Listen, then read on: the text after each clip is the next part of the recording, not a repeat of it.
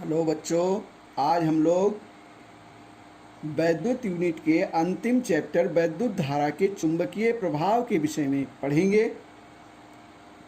ये वैद्युत का अंतिम चैप्टर है, वैद्युत यूनिट का अंतिम चैप्टर है।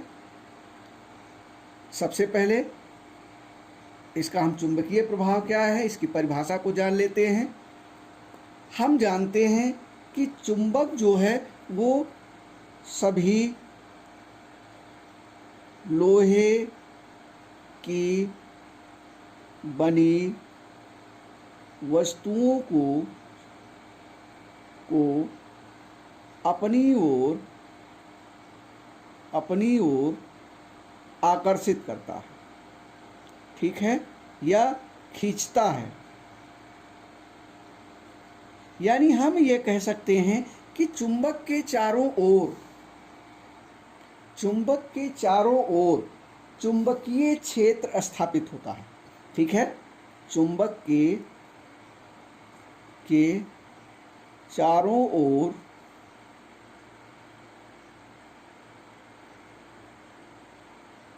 चुंबकीय क्षेत्र स्थापित होता है। इसी प्रकार से, ठीक इसी प्रकार यदि किसी चालक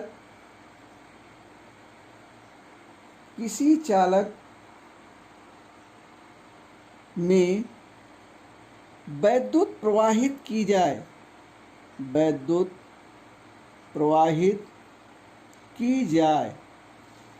तो चालक के चारों ओर चुंबकीय क्षेत्र स्थापित हो जाता है। चुंबकीय क्षेत्र स्थापित हो जाता है। वैद्युत धारा के इस प्रभाव को, ये परिभाषा है, वैद्युत धारा के इस प्रभाव को हम वैद्युत धारा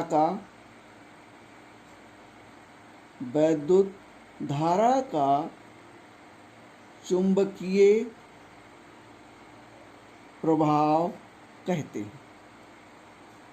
परिभाषा समझ में आई कि जिस प्रकार से चुंबक के चारों ओर चुंबकीय क्षेत्र स्थापित होता है, उसी प्रकार से यदि किसी चालक तार में वैद्युत धारा प्रवाहित की जाए तो चालक तार के चारों ओर चुंबकीय क्षेत्र स्थापित हो जाता है।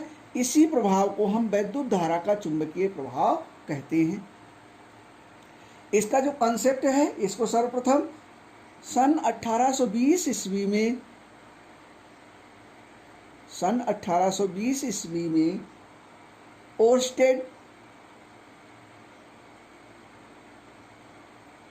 ओर्स्टेड ने प्रयोगों द्वारा पता लगाया कि किसी चालक में यदि वैद्युत धारा प्रवाहित की जाती है तो उसके चारों ओर चुंबकीय क्षेत्र स्थापित हो जाता है। इसी घटना को हम वैद्युत धारा का चुंबकीय क्षेत्र कहते हैं। ओर्स्टेड का प्रयोग क्या था, आइए जान लेते हैं। ओर्स्टेड का प्रयोग, ओर्स्टेड ने क्या किया कि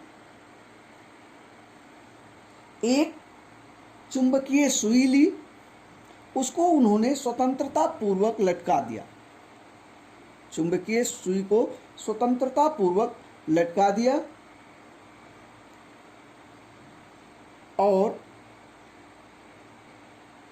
उसके चारों ओर क्या किया, वैद्युत प्रवाहित की। किसमें, एक चालक तार में, उसके ऊपर एक चालक तार रख दिया और उस चालक तार में क्या की, वैद्युत धारा, चालक तार है और यहाँ से वैद्युत धारा को प्रवाहित किया।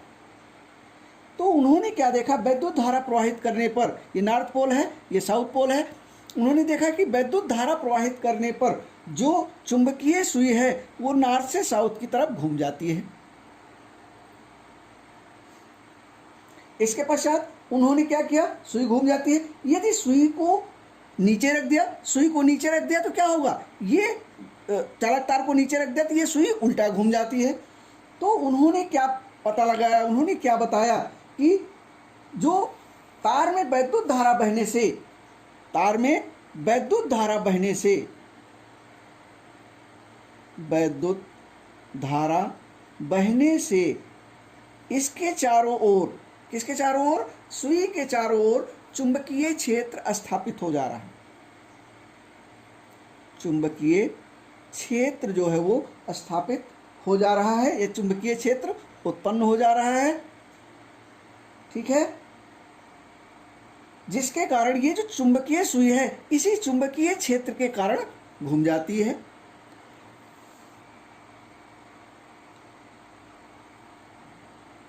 ये जो सुई घूमती है, सुई के घूमने की दिशा को एक वैज्ञानिक हुए, फ्रांस के वैज्ञानिक एम्पियर, उनके नियम के अनुसार ये सुई घूमती है। एम्पियर के नियम के अनुसार ये सुई घूमती है। अब ये जान लेते हैं एम्पियर का नियम क्या है। एम्पियर का तैरने का नियम है, एम्पियर का तैरने का नियम है।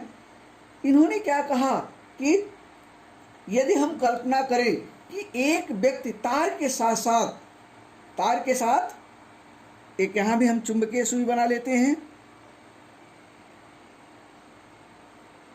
ये होगी चुंबकीय सुई।